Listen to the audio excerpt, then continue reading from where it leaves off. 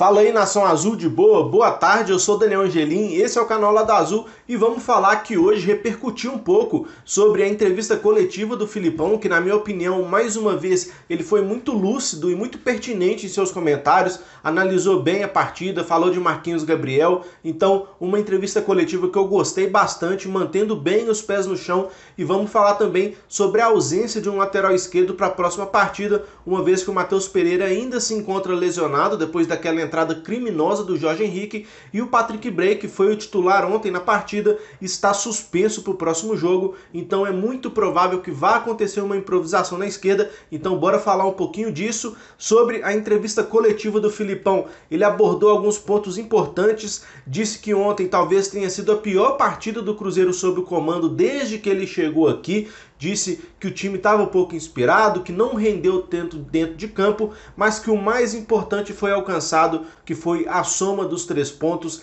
que diante da situação que o Cruzeiro se encontra na competição, o importante não é jogar bem e sim somar os 3 pontos, e eu assino embaixo essa fala do Filipão, concordo 100%, o Cruzeiro nesse momento, obviamente, tem que buscar evoluir como um time, como um coletivo, render mais dentro de campo, isso é fato e isso está bem transparente para todo mundo. Só que antes disso, o Cruzeiro tem que somar 3 pontos para sair da situação incômoda que se encontrava, que nesse momento hoje já é bem melhor na tabela, a gente já se encontra no meio ali, fora da zona de rebaixamento, mas é bom pontuar, rapaziada, que existe uma linha muito tênue entre tá bem na tabela e tá mal. O Cruzeiro, em 4 partidas, saiu da vice-lanterna do Campeonato Brasileiro para figurar ali no meio. Então, se a gente tem mais 2 ou 3 resultados negativos, se a gente volta naquele marasmo que estávamos, a gente volta lá para baixo. Então, é por isso que é muito importante ressaltar os pés no chão que o Filipão está pregando nesse momento do Cruzeiro. Não está nem pensando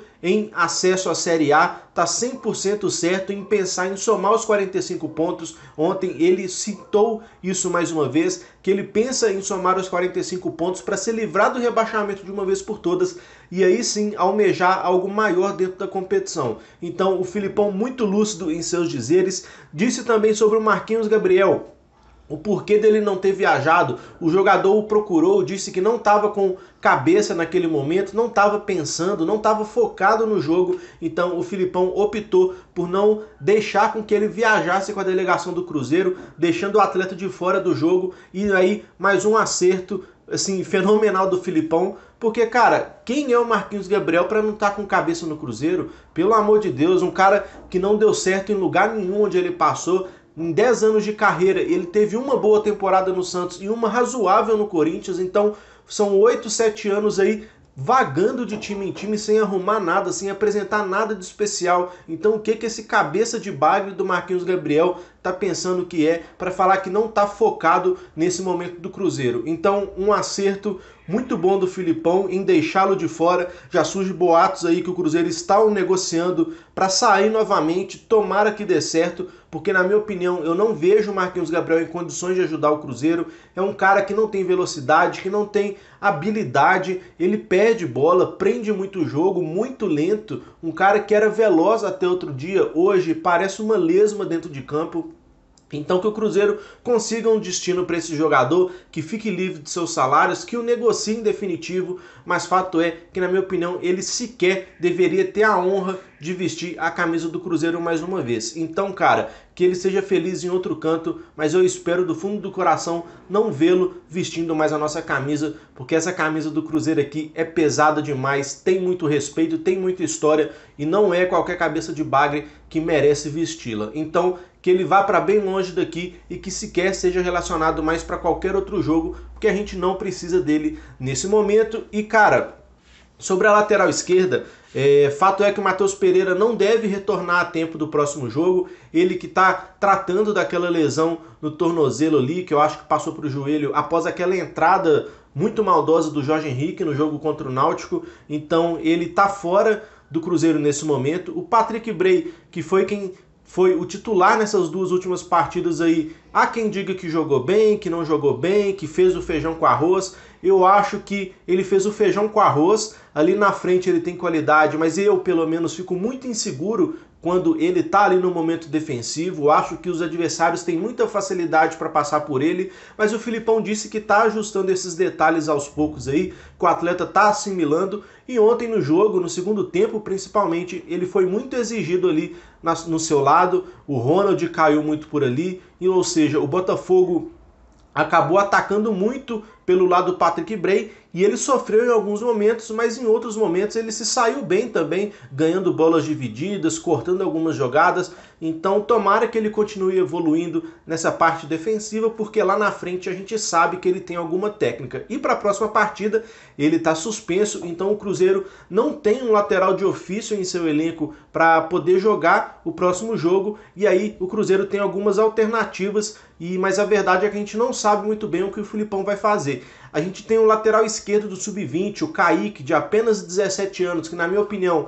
tem sido um dos poucos jogadores que vem demonstrando uma regularidade naquele time, mas não é o perfil do Filipão usar esses jogadores tão jovens assim, e vale ressaltar também que o Cruzeiro teria que gastar mais uma inscrição com o Kaique, então a gente que sequer escreveu o Matheus Índio ainda para poupar essas inscrições, o Cruzeiro tem acho que 3 ou 4 apenas ainda para inscrever jogadores na Série B. Então, de repente, o Kaique não seja uma opção por esse motivo.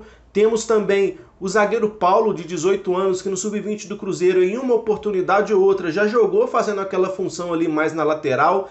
Temos o próprio Ramon, que vem se demonstrando ser um coringa aí, né? Joga de zagueiro, joga de volante, e nessas duas funções ele tem ido muito bem até aqui.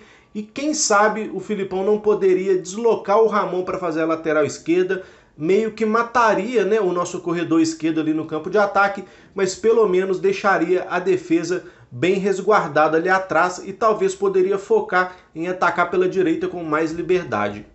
Há quem diga também que de repente o Jadson da nossa base pode pintar por ali, pois ele reúne boas características de um lateral, né? Ele é veloz, tem agilidade, tem uma boa marcação, é um jogador que sabe se apresentar para o jogo, então são opções que de repente o Filipão vai avaliar e vai optar para compor a nossa lateral esquerda no próximo jogo. E uma mudança talvez até mais radical, o Cruzeiro mudando a formação tática para um 3-5-2, aí não necessariamente precisa ter um lateral de ofício, pode colocar um cara mais rápido para fazer o corredor, como o próprio Wellington. Enfim, o Filipão vai ter que quebrar a cabeça para resolver esse esquema da lateral esquerda do Cruzeiro, e eu queria saber da opinião de vocês sobre todos os assuntos abordados nesse vídeo aqui. Você assistiu a coletiva do Filipão e gostou do que ele disse? Você também achou que ele foi lúcido em suas pontuações? Deixe seu comentário aqui embaixo. Sobre a lateral esquerda, na sua opinião, quem deve ser aproveitado por ali para suprir essa ausência de Matheus Pereira e Patrick Bray? O Jadson seria uma boa por ali? O Ramon para manter a defesa pelo lado esquerdo mais resguardada? Ou quem sabe promover